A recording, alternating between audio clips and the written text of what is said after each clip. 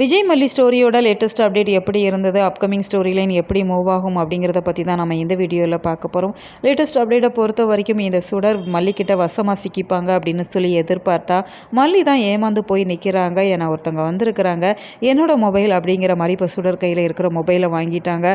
அது மட்டும் இல்லாமல் புதுசாக ஒரு மொபைலுமே மல்லி மனோகர் 2 பேருக்கும் தெரியாமல் அவங்க கையில் கொடுத்துட்றாங்க. இப்போ ரகுக்கு கால் பண்ணி நடந்த விஷயத்த சொல்லணும் அப்படிங்கிறதால இப்போ இந்த ரேணுகாவை நடிக்கிற சுடர் தனியாக போய் கால் பண்ணி பேசிகிட்டு இருக்கிறாங்க. ரகு கிட்ட நடந்த விஷயத்தை எடுத்து சொல்கிறாங்க. வீட்டில் இருக்கிற எல்லாருக்குமே என் மேலே சந்தேகம் வந்துடுச்சு, என் கையில் மொபைல் இருக்குது அப்படின்னு சொல்லி இந்த அறவேக்காடு மனோகர் மல்லிக்கிட்ட சொல்லி கொடுத்துட்டான். மல்லியுமே என் மேலே சந்தேகப்படுறா அப்படிங்கிற மாதிரி இப்போ ரகு கிட்ட சொல்கிறாங்க. ரகு பயங்கர ஷாக் ஆகுறாங்க.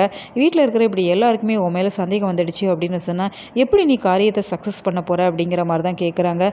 அதெல்லாம் விடு ரகு, நான் பார்த்துக்கிறேன். இப்போ வரைக்குமே விஜய்க்கு நடந்த விஷயத்தை தெரியப்படுத்தாமல் தான் இருந்துகிட்ருக்குறாங்க. ஸோ நிச்சயமாக நம்ம பிளான் சக்ஸஸ் ஆகும் அப்படிங்கிற மாதிரி தான் அவங்க 2 பேருமே பேசிகிட்டு இருக்கிறாங்க. இன்னொரு பக்கம் மனோகர் மல்லி 2 பேருமே பேசிகிட்டு இருக்கிறாங்க. இவ்வளோ தூரம் ஆகியுமே நம்ம கண்டுபிடிக்க முடியலையே அப்படிங்கிற மாதிரி தான் மனோகர் ரொம்பவே விரக்தியில் பேசிகிட்டு இருக்கிறாங்க. மல்லியுமே விடுங்க அண்ணே, பார்த்துக்கலாம், இன்னும் போக போக எவ்வளவோ விஷயங்கள் நடக்க தான் செய்யும், நம்ம ஏதாச்சும் ஒரு டைமில் நிச்சயமாக நம்ம கண்டுபிடிக்கலாம் அப்படிங்கிற மாதிரி தான் மனோகர் கிட்ட சொல்லிகிட்டு இருக்கிறாங்க. இன்னொரு பக்கம் இப்போ ராஜி நிஷா 2 பேருமே ஒரு அந்த டெண்டருக்காக ஒப்பந்தம் போட்டிருக்கிறாங்க. ஏன்னா கதிரேசனுக்கு அகெயின்ஸ்டாக இப்போ நிஷாவை திருப்பி விட்டுருக்குறாங்க இந்த ராஜி. அது தெரியாமல் இப்போ நிஷாவுமே அந்த ஒப்பந்தத்தில் கையெழுத்து போட்டுடுறாங்க. கூடி சீக்கிரம் நிஷா கிட்ட இருந்து அந்த சொத்தையெல்லாம் எழுதி வாங்குறதுக்குமே நிறைய வாய்ப்பு இருக்குது. ஏன்னா டெண்டர் தன்னோட பக்கம் கொண்டு போயிட்டாங்க அப்படின்னு சொன்னால் அந்த பவரையுமே தனக்கு கொடுங்க அப்படிங்கிற மாதிரி தான் இப்போ கதிரேசன் கிட்டேயுமே நிஷா கேட்டுட்ருக்குறாங்க.